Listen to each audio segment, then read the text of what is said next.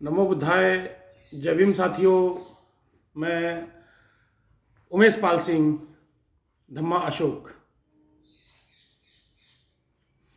आखिर क्या कहता है 1947 का वर्शिप एक्ट, और आखिर क्यों निरंतर एक के बाद एक दंगे हो रहे हैं अपने इस उत्तर प्रदेश में। और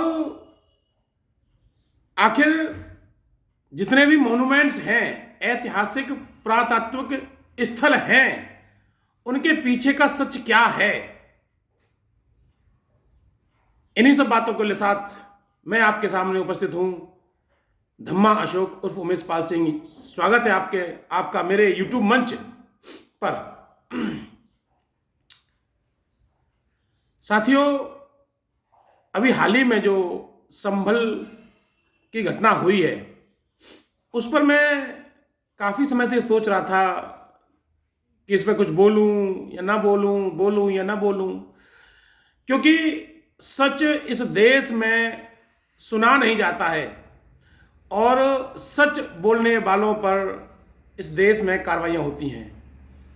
ये मैं नहीं कह रहा हूं, ये जो पिछले 10 सालों से चला आ रहा है वो चलन कह रहा है। तो पहले, क्योंकि ये जो मामला है संभल का, जो चंदौसी की जामा मस्जिद की जो घटना है, वो वर्शिप एक्ट के अनुसार क्या कहती है, पहले उसे समझ लेते हैं। वर्शिप एक्ट है क्या? बात है 1989 में, जब जामा मस्जिद जो कि अयोध्या की गिराई गई थी, उसके बाद सुप्रीम कोर्ट ने एक एक्ट पारित किया और उसे कहते हैं वर्शिप एक्ट। और उस एक्ट के अकॉर्डिंग ये कहा गया कि 1947 के बाद 1947 में जो स्थल जैसा है वो वैसा ही रहेगा, उसका स्वरूप नहीं बदला जाएगा। अगर वो मंदिर है तो मंदिर रहेगा, वो मस्जिद है तो मस्जिद रहेगी, और वो बुद्ध विहार है तो बुद्ध विहार रहेगा, अगर वो गुरुद्वारा है तो गुरुद्वारा रहेगा, अगर वो चर्च है तो वो चर्च रहेगा, उसका स्वरूप नहीं बदला जाएगा। ये वर्शिप एक्ट 1990 जो सुप्रीम कोर्ट का फैसला आया था उसमें कहा गया। और इसके पीछे की जो धारणा थी कि जो आए दिन दंगे होते हैं, इन दंगों को रोकने के लिए, सौहार्दपूर्ण और प्रेमपूर्ण वातावरण बनाने के लिए किया जा रहा है। यह नियम दिया गया है, यह एक्ट लागू किया गया है।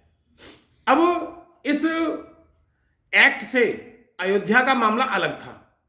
अयोध्या का जो मामला है वो इस एक्ट पर लागू नहीं होता है, उसे अलग नहीं देखा जाएगा, इसके बाद नहीं होगा। लेकिन इसके बाद,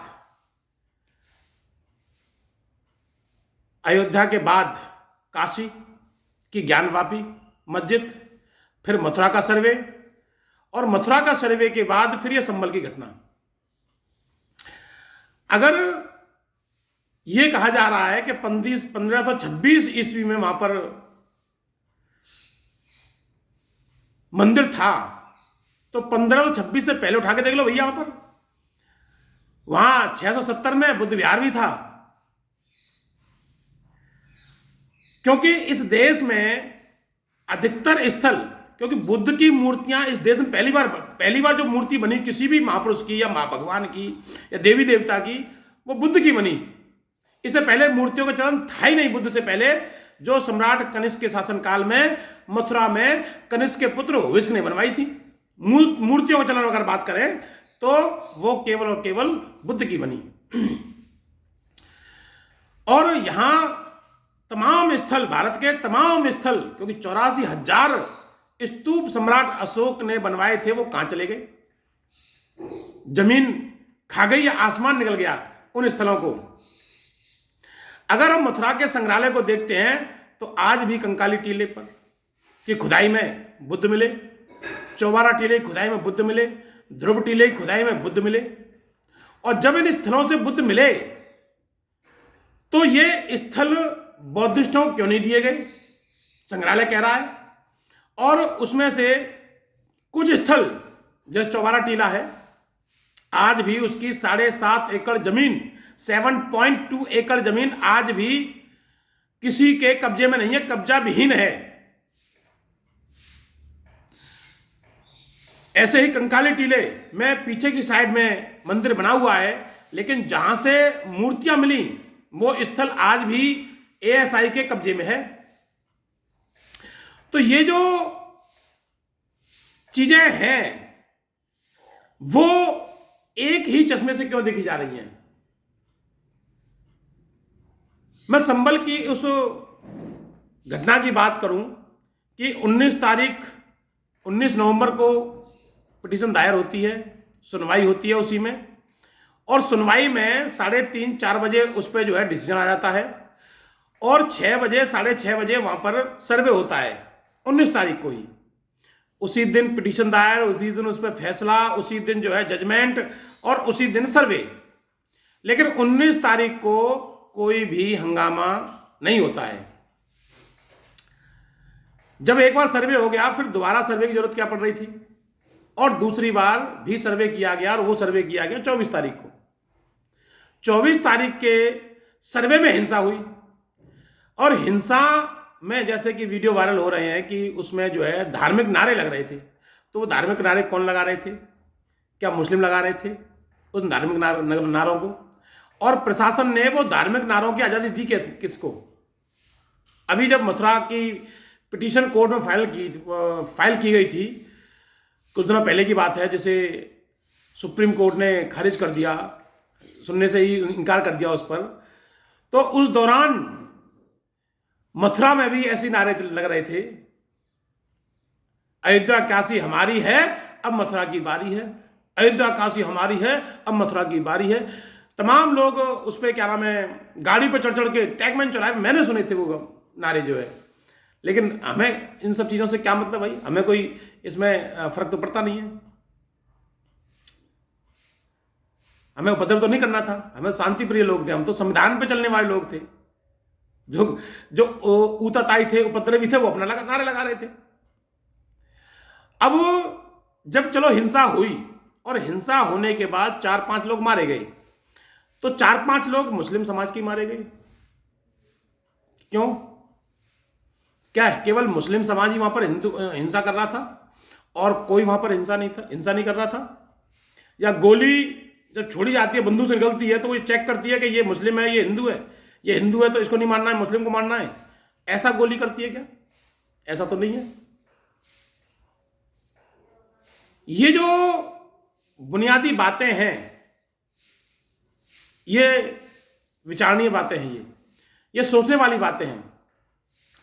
तो साथियों, यहां पर क्या हो रहा है ये सबको दिख रहा है। मुझे लगता है कि जो बुनियादी जरूरतें हैं इस प्रदेश की, उन पर ध्यान नहीं दिया जा रहा है। शिक्षा की जरूरत है, उस पर ध्यान नहीं दिया जा रहा है। रोजगार की जरूरत है, उस पर ध्यान नहीं दिया जा रहा है। इसमें जो है आपका चिकित्सा की जरूरत है, उस पर ध्यान नहीं दिया जा रहा है। ध्यान किस पे दिया जा रहा है? जब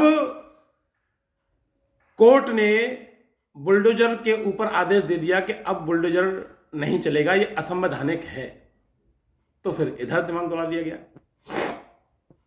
20 तारीख को चुनाव हुए, चुनावों पर तमाम क्रिया प्रतिक्रिया चल रही थी।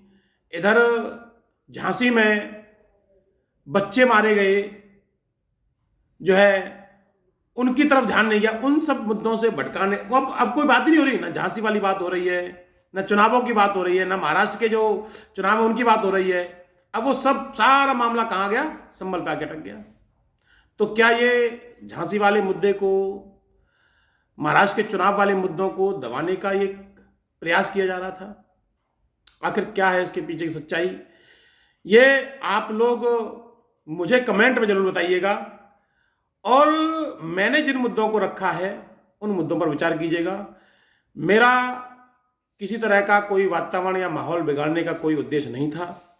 मैं एक जागरूक नागरिक होने के नाते इन बातों को रख रहा हूं कि क्या संभल की घटना प्रायोजित षड्यंत्र था, जिसको करवाने के लिए प्रशासन का सहारा लिया गया। इन सब बातों की तरफ ध्यान आकर्षित करते हुए मैं अपनी वाणी को विराम दूंगा। और वाकई में अगर कोर्ट ने वर्शिप एक्ट बनाया है तो इसको हमें ध्यान देना होगा और इस पर चलना होगा।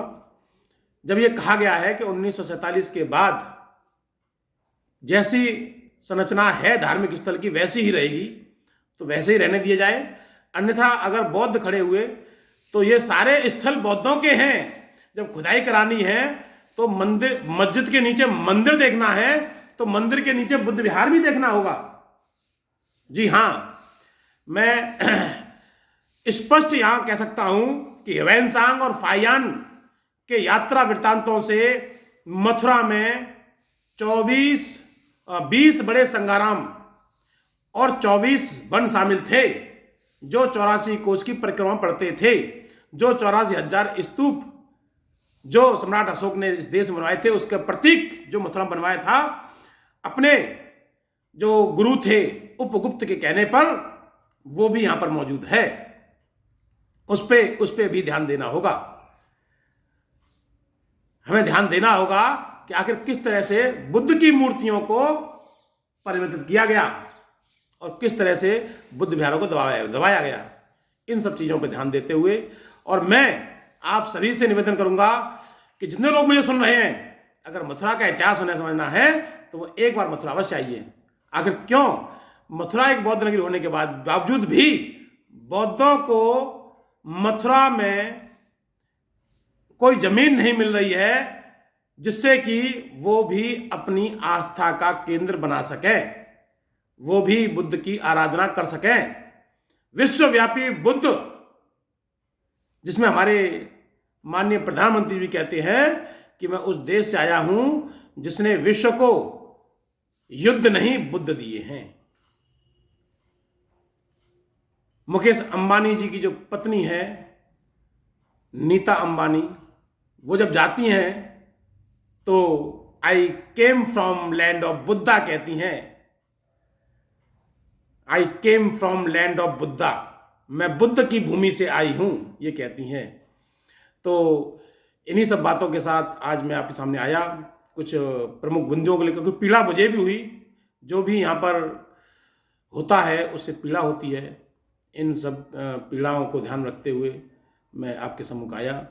आपने मुझे ध्यान से सुना, और ये वीडियो आपको कैसा लगा अवश्य बताइए। अच्छा लगा हो तो शेयर कीजिएगा और मेरे चैनल को सब्सक्राइब कीजिएगा, लाइक कमेंट अवश्य करें। नमो बुद्धाय, जय भीम।